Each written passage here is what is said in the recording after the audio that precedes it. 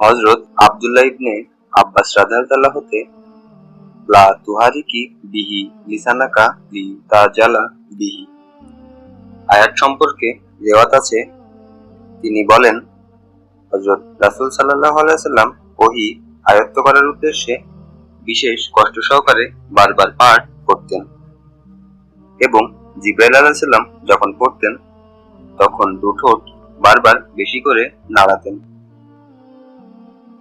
আব্দুল্লাহ ইবনে আব্বাস রাদিয়াল্লাহু বলেন, আমি তোমাকে বোঝাবার জন্য হযরত রাসূল সাল্লাল্লাহু আলাইহি ওয়াসাল্লাম যেভাবে তার দুঠোঁট নাড়াতেন সেভাবে ঠোঁট নাড়ছি।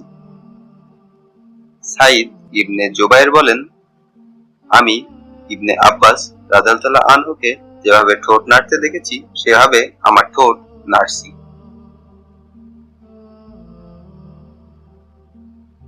তারপর তিনি স্বীয় ঠোঁট দুটি নাড়লেন।